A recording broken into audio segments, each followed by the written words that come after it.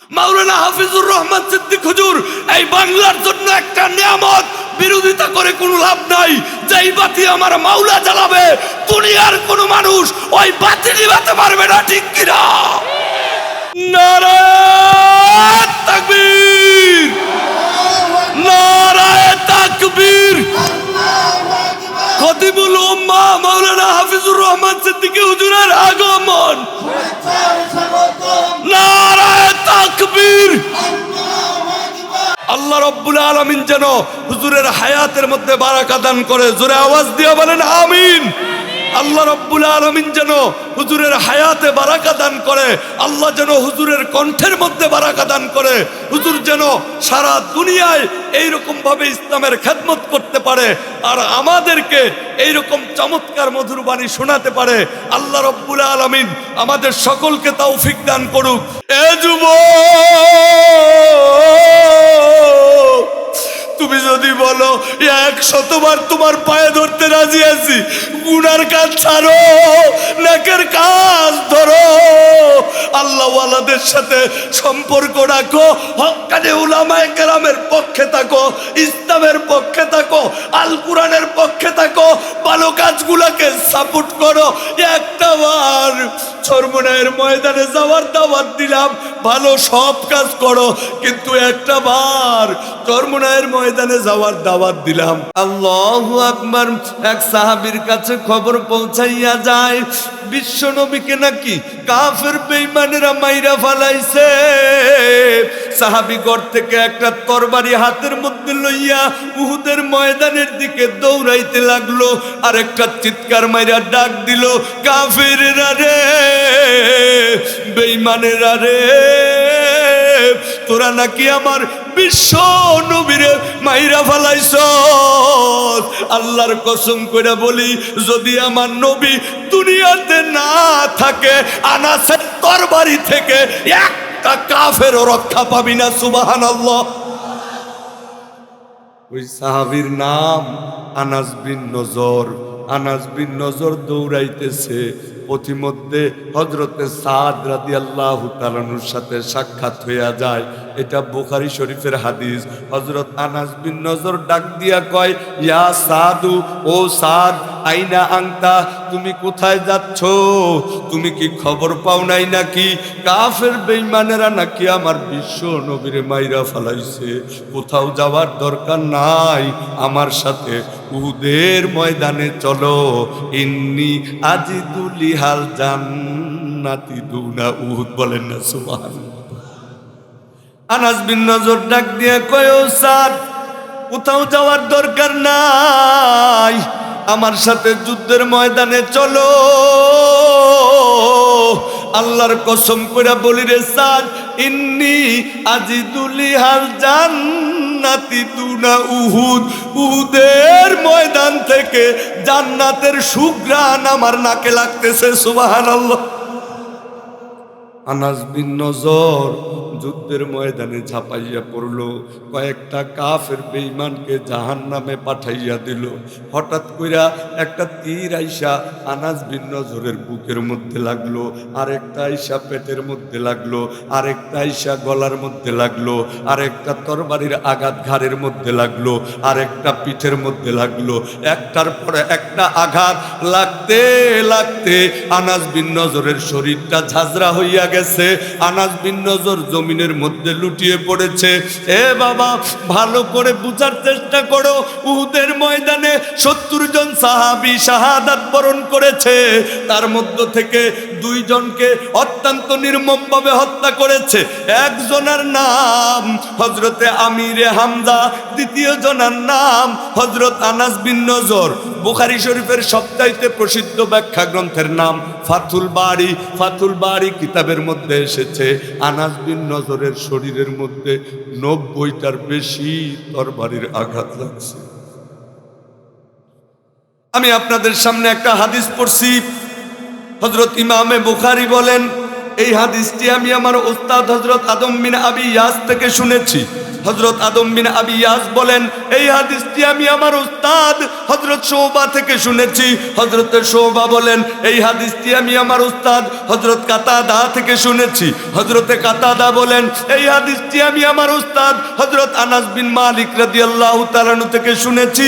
হযরত আনাস বিন মালিক রাদিয়াল্লাহু তাআলা আনহু বলেন, এই হাদিসটি আমি আমার উস্তাদ স্বয়ং বিশ্ব নবীর জবানের নবুয়ত থেকে শুনেছি। বলেন আল্লাহু আকবার।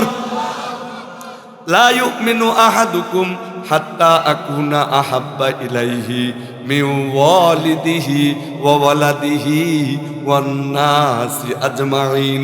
ওই পর্যন্ত প্রকৃত ঈমানদার হইতে পারবা না যতক্ষণ পর্যন্ত তোমার ভাইয়ের চাইতে বেশি, তোমার বোনের চাইতে বেশি, তোমার ফুফা ফুফু খালা খালুর চাইতে বেশি, তোমার সব আত্মীয় স্বজনের চাইতে বেশি, এমনকি তোমার নিজের জীবনের চাইতে বেশি, এমনকি তোমার বাবার জীবনের চাইতেও বেশি বিশ্বনবীকে ভালো না বাসবা ততক্ষণ পর্যন্ত প্রকৃত ঈমানদার হইতে পারবা না।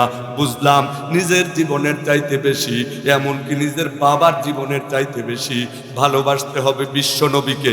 নিজের জীবনের চাইতে বেশি, এমনকি নিজের বাবার জীবনের চাইতে বেশি ভালোবাসতে হবে বিশ্বনবীকে। জোরে বলতে হবে কাকে? কই ওই নবীকে গালি দেয়, তোমার অন্তরের মধ্যে তো হিট লাগে না। আমার ওই নবীকে নিয়ে বাজে মন্তব্য করে, আর কলিজার মধ্যে তো আগুন লাগে না। আমার নবীজিকে মরুভূমির কুখ্যাত ডাকাত বলে, তোমার অন্তরের মধ্যে তো কষ্ট লাগে না। আমার নবীকে সন্ত্রাসী বলে, কই তোমার অন্তরের মধ্যে তো ব্যথা লাগে না। আমার নবীজিকে ব্যঙ্গ করে, আমার নবীজিকে নিয়ে কার্টুন বানায়, এই বাংলার জমিনের মধ্যে আমার নবীজিকে নিয়ে কটূক্তি করে।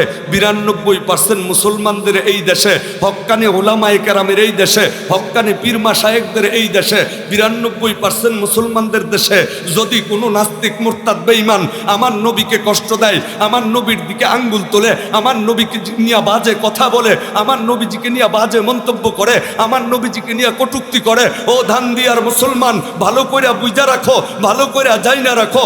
তখন কিন্তু আর ঘরে বসে থাকলে চলবে না, ঘর থেকে বের হয়ে যেতে হবে। ওই নাস্তিক মুরতাদ বেঈমানের বিরুদ্ধে রাজপথে নামতে হবে, ইসলামী আন্দোলন করতে হবে। ওই ইসলামী আন্দোলন করতে করতে করতে করতে দরকার হলে রক্ত দেব, জীবন দেব। আল্লাহর নবীকে নিয়ে বাজে মন্তব্য করবে, এই বাংলায় থাকতে দেব না। হাত তুলে বলো ঠিক কিনা?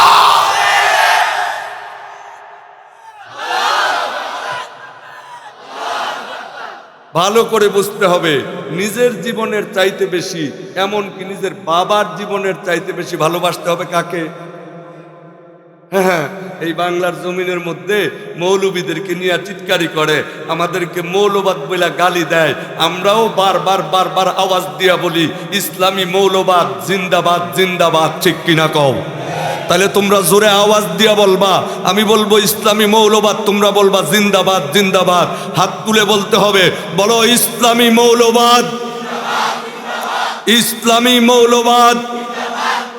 আমাদেরকে মৌলবাদ বলে গালি দেয়, আর আমরা তাদেরকে বলি জন্মের পরে কানে আজান কি দেয়নি, তুমি মৌলবাদী ছাড়া হওনি, ঠিক কিনা? জন্মের পরে কানে আজান কি দেয়নি, তুমি মৌলবাদী ছাড়া হওনি। আবার মরণের পরে জানাজা পড়াবে, তখন কোথায় পালিয়ে যাবি? বিদ্রোহী বিপ্লবী মৌলবাদী কেন জঙ্গিবাদী? আমি বিদ্রোহী বিপ্লবী মৌলবাদী কেন জঙ্গিবাদী? কি মনে করে ওই হনুমান, দাড়ি টুপি দেখলেই তালেবান, ঠিক কিনা? কি মনে করে ওই হনুমান, দাড়ি টুপি দেখলেই তালেবান? আবার সিংহের চেয়েও বেশি ভয় পায় মাথায় পাগড়ি দেখে যদি, ঠিক কিনা? বিদ্রোহী বিপ্লবী মৌলবাদী আমি জঙ্গিবাদী, কেন বিদ্রোহী বিপ্লবী মৌলবাদী, কেন জঙ্গিবাদী। মৌলবীদেরকে নিয়ে টিটকারি করে কোনো লাভ নাই। বলছিলাম নিজের জীবনের চাইতে বেশি, এমনকি নিজের বাবার জীবনের চাইতে বেশি ভালোবাসতে হবে বিশ্বনবীকে। একটু বলে নেই, নিজের জীবনের চাইতে বেশি, এমনকি নিজের বাবার জীবনের চাইতে বেশি আমার বিশ্বনবীকে ভালোবাসতো সাহাবীরা, ঠিক কিনা? তাদের মধ্য থেকে নাম্বার 1 ফার্স্ট ক্লাস ফার্স্ট যিনি ছিলেন, ওনার নাম হযরত আবু বকর। সুবহানাল্লাহ কইতেন না? এই বলছিলাম নিজের জীবনের চাইতে বেশি, এমনকি নিজের বাবার জীবনের চাইতে বেশি আমার নবীজিকে ভালোবাসতো সাহাবীরা। আর তাদের মধ্যে 1 নাম্বার জানি কেডা? একটু না বললে বুঝবেন না। আবু বকরের বয়স যখন 18, আমার বিশ্বনবীর বয়স তখন 20। দুইজন দুস্তি পাইতা ফালাইছে। এই দুই বন্ধু একসাথে চলাফেরা করে, মক্কার অলিতে গলিতে ঘোরাফেরা করে। আবু বকরের বয়স 18, আমার নবীর বয়স তখন 20। দিন যায়, মাস যায়, বছর যায়। আবু বকরের বয়স হয়ে গেল 28, আমার নবীর তখন কত? আবু বকর ব্যবসার কাজে শাম দেশে গেলেন। কোন দেশে? শাম দেশে গেলেন। আবু বকর ব্যবসার কাজে শাম দেশে গিয়া একটা গাছের নিচে বসছে, শুইছে, ঘুমায় পড়ছে। আজব এক স্বপ্ন দেখতেছে ঘুমায়। স্বপ্নে দেখতেছে যে আবু বকরের পানি পিপাসা লাগছে, এমন পানি পিপাসা লাগছে কলিজা পর্যন্ত শুকায় গেছে। আবু বকর পানি পানি পানি বলে চিৎকার করতেছে, কিন্তু কেউ আর পানি দিচ্ছে না। এমন সময় হঠাৎ করে নজর করে দেখে একটা গাছ আইসা আবু বকরকে অটোমেটিকভাবে ছায়া দান করছে। বলেন সুবহানাল্লাহ। এই গাছটা আবার ঠিক আগের জায়গায় অটোমেটিক ভাবে চলে গেছে। আবু বকরের ঘুম ভেঙে গেছে, মাথায় হাত, এটা আমি কি দেখলাম, এটা আমি কি দেখলাম। আচ্ছা কোন তো রাত্রে 12টা 1টা 2টা হঠাৎ করে ঘুম ভেঙে যাওয়ার পরে মাথায় দিয়ে এটা আমি কি দেখলাম, এটা আমি কি দেখলাম, এমন হয় কি হয় না? আবু বকরের ঘুম ভেঙে গেছে। আবু বকর বলতেছে স্বপ্ন ব্যবসা বাণিজ্য পরে করব, আগে স্বপ্নের ব্যাখ্যা জানিনা লই। তখন তো কোনো মুসলমান আলেম ছিল না, ইহুদি আলেমের কাছে গেছে আবু বকর। ইহুদি আলেমের কাছে যাওয়ার পর ইহুদি আলেম আবু বকরের কথা শুই না আবু বকরকে প্রশ্ন করছে 3টা। কয়টা প্রশ্ন করছে? 3টা। কোশ্চেন নাম্বার 1, ইহুদি আলেম আবু বকরকে প্রশ্ন করছে মাসমুকা, তোমার নাম কি? আবু বকর বলল আমার নাম আবু বকর। ইহুদি আলেম প্রশ্ন করছে আইনা আংতা, কোথা থেকে আসছো, তোমার বাড়ি কই? আবু বকর বলল আমি আরব নগরীর, মক্কা নগরীর বিখ্যাত কুরাইশ বংশ থেকে এসেছি। ইহুদি আলেম 3 নাম্বার প্রশ্ন করলো মা সুগুলু, তুমি কি করো, তোমার পেশা কি? আবু বকর বলল আমি ব্যবসা বাণিজ্য করি। এই 3টা প্রশ্ন এবং 3টা প্রশ্নের উত্তর শোনার পর ইহুদি আলেম আবু বকরকে জড়াইয়া ধরলো। ইহুদি আলেমের চোখ বেয়ে বেয়ে পানি গড়াইয়া পড়তে লাগলো। আর ডাক দিয়া বলল আবু বকর রে, তোর চাইতে সৌভাগ্যবান এই দুনিয়াতে আর কেউ নাই। বলেন সুবহানাল্লাহ। আবু বকর বলল আমার আবার কি সৌভাগ্য? এটা বুখারী শরীফের হাদিস। ইহুদি আলেম বলল তাকুনু ওয়াজিরাতাহু ফি হায়াতিহি ওয়া খলিফাতাহু বাদা ওয়াফাতিহি। আবু বকর রে, অতি সত্বর আরব নগরীর, মক্কা নগরীর বিখ্যাত কুরাইশ বংশ থেকে আখিরি জামানার পয়গাম্বর শেষ নবীর আবির্ভাব ঘটবে। বলেন সুবহানাল্লাহ। তাকুনু ওয়াজিরাতাহু ফি হায়াতিহি, ওই নবী জীবিত থাকা অবস্থায় তুই আবু বকর হইবি ওই নবীর 1 নাম্বার সেনাপতি। ওয়া খলিফাতাহু বাদা ওয়াফাতিহি, আর ওই নবী দুনিয়া থেকে ইন্তেকাল করার পর তুই আবু বকরই হইবি প্রধানমন্ত্রী। জোরে আওয়াজ দিয়ে বলেন আল্লাহু আকবার। অনেকেই ডাক দিয়া কয় হুজুররা রাজনীতি কই পায়? হুজুররা রাজনীতি এই জায়গায় পায়, ঠিক কিনা? ইহুদি আলেম এই কথা বলার পর আবু বকর মনের মধ্যে রাখছে আর ডাক দিয়া কয় এটা আমি আমার ভিতরে রাখলাম, কাউকে বলবো না। আমার বন্ধু যেই দিন আমাকে কালিমার দাওয়াত দেবে ওই দিন আমি আমার বন্ধুকে জিজ্ঞাসা করব, বন্ধু তুমি যে নবী হইছো তার প্রমাণ কি, তার দলিল কি? দলিল কি বিশ্ব নবীর কাছে আছে? আবু বকরের কাছে আছে না নাই? দিন যায়, মাস যায়, বছর যায়, আবু বকরের বয়স হয়ে গেল 38। আমার নবীর তখন কত?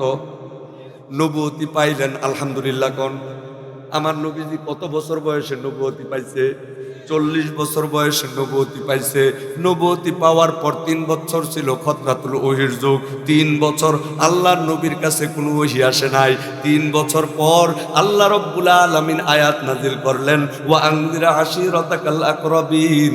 ও বন্ধু, এখন আর বইসা থাকার সময় নাই। কালিমার দাওয়াত, ইসলামের দাওয়াত, আল কোরআনের দাওয়াত তুমি তোমার নিকটাত্মীয়দের কাছে পৌঁছায় দাও। আমার নবীজি চিন্তা করে কাকে দাওয়াত দেই, কাকে দাওয়াত দেই, পাইছি খাদিজা। সুবহানাল্লাহ কইতেন না? আল্লাহর নবী খাদিজাতুল কুবরার কাছে গিয়ে বলল, খাদিজা গো, আল্লাহ রাব্বুল আলামিন আমাকে নবুয়তি দান করেছে, কাছের বন্ধুদেরকে দাওয়াত দিতে বলেছে, নিকটাত্মীয়দেরকে দাওয়াত দিতে বলেছে। আমি চিন্তা করে দেখলাম তোমার চাইতে নিকটাত্মীয় আমার আর কেউ নাই। ও খাদিজা, আমি তোমাকে দাওয়াত দিলাম, তুমি কালিমা পড়া মুসলমান হইয়া যাও। খাদিজা এক মুহূর্ত দেরি করলো না, আল্লাহর নবীর সাথে কালিমা পড়া মুসলমান হয়ে গেছে। সুবহানাল্লাহ কি আর একটু জোরে বলা যাবে না?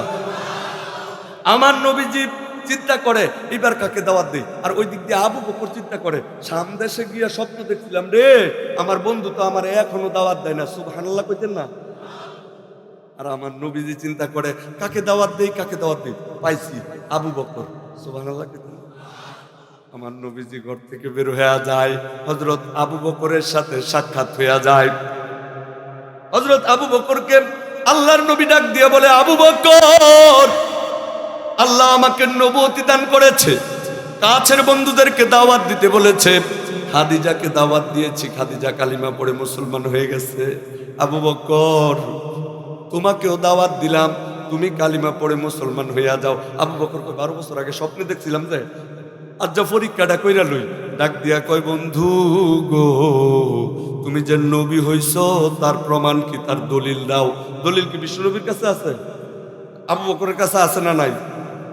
আবু বকর, বুখারীর মধ্যে আসছে, আবু বকর এইভাবেই জিজ্ঞাসা করেছে, ইয়া মুহাম্মদ মাদ দালিলু আলা মা তাদঈ। ও মুহাম্মদ, তুমি যে নবী তার দলিল দাও। আমার নবীজির কাছে কোনো দলিল নাই। আমার নবীজি দাঁড়ায় আছে, আল্লাহ রাব্বুল আলামিন ডাক দিয়া কয়, জিবরাইল, আবু বকর আমার বন্ধুর কাছে নবুয়তির দলিল চাই রে, তাড়াতাড়ি যা। আবু বকর শাম দেশে গিয়ে যে স্বপ্ন দেখছে, এই স্বপ্ন এবং স্বপ্নের ব্যাখ্যা বিস্তারিত আমার বন্ধুর কানে কানে বইলা দে। বলেন সুবহানাল্লাহ। এবার জিবরাইল আমিন আইসা বিশ্বনবীর কানে কানে সব বইলা দিছে। এখন বিশ্বনবী জানে না। বিশ্বনবী ডাক দিয়ে কয়, আবু বকর দলিল লাগবো নাকি? আবু বকর কয়, হ্যাঁ লাগবো। আমার নবী ডাক দিয়ে কয়, ইয়া শাম দেশে গেছিল নাকি? সুবহানাল্লাহ। আমি বুঝলাম না কই ওয়াজ করতে। সুবহানাল্লাহ কোন? আমার নবী ডাক দিয়ে কয়, আবু বকর শাম দেশে গেছিল নাকি? আবু বকর কই, কেমনে জানলো?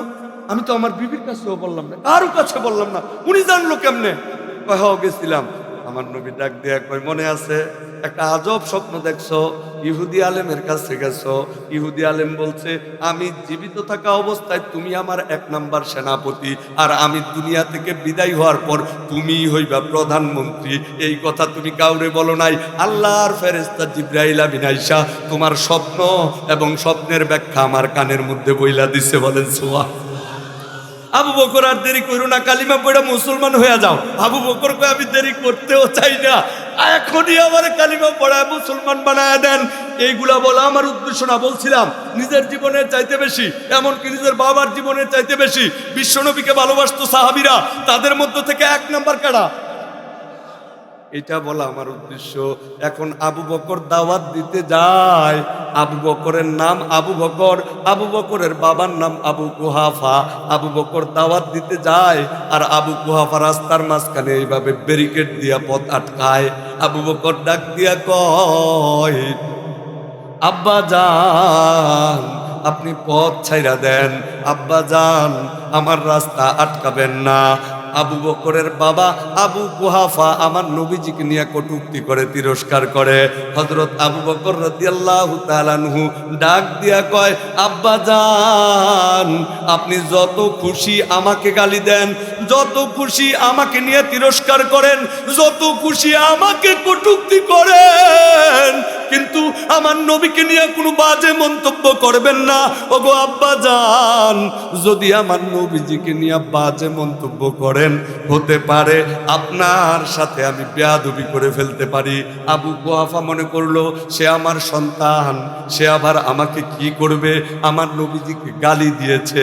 আবু বকর ফাতুল বাড়িতে আসছে, হযরত আবু বকর হাতটাকে এইভাবে মুষ্টিবদ্ধ করলেন, মুষ্টিবদ্ধ কইরা আবু কুহাফার বুকের মধ্যে এমন জোরে একটা ঘুষি মারছে, দূরে গিয়া সিট কান্দা পড়ছে। সুবহানাল্লাহ কয় না? ঘুষি মারছে কেডা?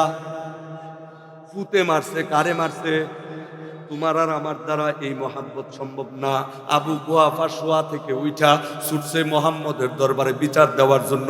গিয়া বলে, মুহাম্মদ, আমার নবীজি ডাক দিয়া কয়, মুরব্বি চিৎকার করতেছেন কেন? চিৎকার করবেন না। চিৎকার করবো না মানে? আমার ছেলেটাকে তুমি একটা বেয়াদব বানিয়েছো। আল্লাহর নবী ডাক দিয়া কয়, কি হয়েছে? কয়, কি হয়েছে মানে? আমারে ঘুষি মারছে।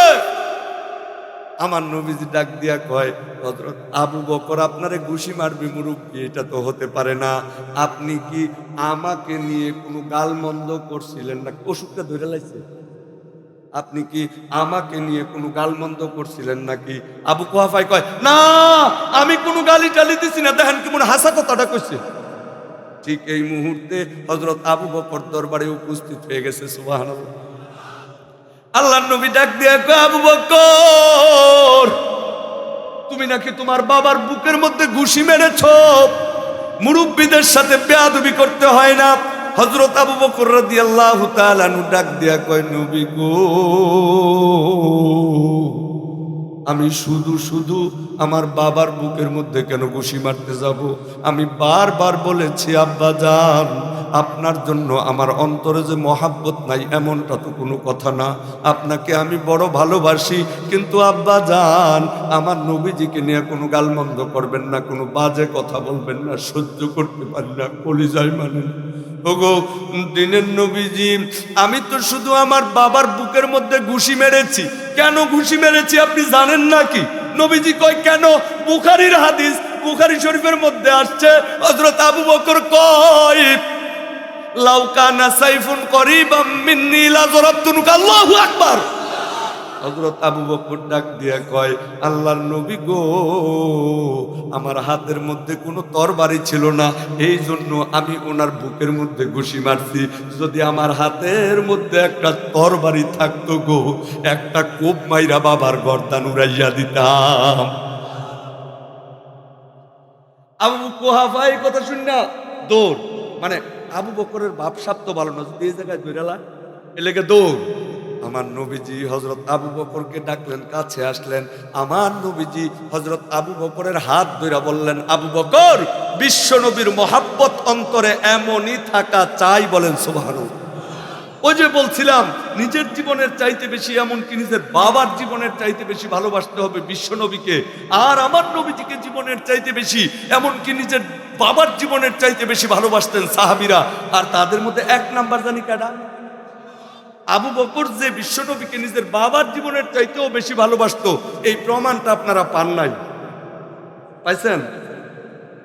আল্লাহু আকবার। এবার বলেন তো, আবু বকর আমার নবীজিকে নিজের বাবার জীবনের চাইতেও বেশি ভালোবাসা ঠকছে না জিতছে? আমার নবীজি বলতো, ইয়া আবা বকর আনতা সাহিবি ফিল গার। ওগো আবু বকর, তুমি আমার গারের বন্ধু। আবু বকর, তুমি আমার বাল্যকালের বন্ধু। আবু বকর, তুমি আমার যৌবনকালের বন্ধু। আবু বকর, তুমি আমার হিজরতের বন্ধু। আবু বকর, তুমি হইবা আমার কবরের বন্ধু। আবু বকর গো, তুমি হইবা আমার জান্নাতের বন্ধু। সুবহানাল্লাহ। ভালো করে বুঝার চেষ্টা করবেন। আমার নবীজি সফর মাসের 29 তারিখ অসুস্থ হইয়া গেলেন। রবিউল আউয়াল মাসের 12 তারিখ দুনিয়া থেকে ইন্তেকাল করলেন। রবিউল আউয়াল মাসের 12 তারিখ দুনিয়াতে এসেছিলেন কিনা ইখতিলাফ আছে, কিন্তু রবিউল আউয়াল মাসের 12 তারিখ সোমবার আমার নবীজি দুনিয়া থেকে ইন্তেকাল করেছেন, কোনো ইখতিলাফ নাই। আমার নবীজির আল্লাহু আকবার জন্মের পূর্বেই বাবা নাই। আল্লাহু আকবার, বাবাও মারা গেছে, বাবাও নাই, মাও নাই, এতিম। আমার নবীজি আল্লাহু আকবার এই ধরনের অবস্থা। আপনারা হয়তো এইখানে অনেকেই আছেন যার মা আছে বাবা নাই, আবার অনেকের বাবা আছে মা নাই। আমি দেখতে চাই এই মজলিসের মধ্যে কার বাবা আছে মা নাই, অথবা মা আছে বাবা নাই, আপনারা একটু হাত তুলে দেখান, হাত নামান। অধিকাংশই এমন যার মা নাই, সে বুঝে মা না থাকার যে কি ব্যথা। যার বাবা নাই সে বুঝে বাবা না থাকার যে কত ব্যথা। আল্লাহু আকবার ঘরের ছাদের মধ্যে অথবা আল্লাহু আকবার উঠানের মধ্যে ধান রৌদ্রে দিতে হয়। দেখা গেল হঠাৎ করে বৃষ্টি চলে আসে, এমন হয় কি হয় না? ধান থুবানোর জন্য সবাই ব্যস্ত হইয়া যায়, সবাই ব্যস্ত হইয়া যায়। মার গায়ে বৃষ্টি পড়ে, বাবার গায়ের মধ্যে বৃষ্টি পড়ে, ছোট্ট সন্তানরা দৌড়ায় আসে একটা বুল নিয়ে ধানগুলা ঘরের মধ্যে নেওয়ার জন্য।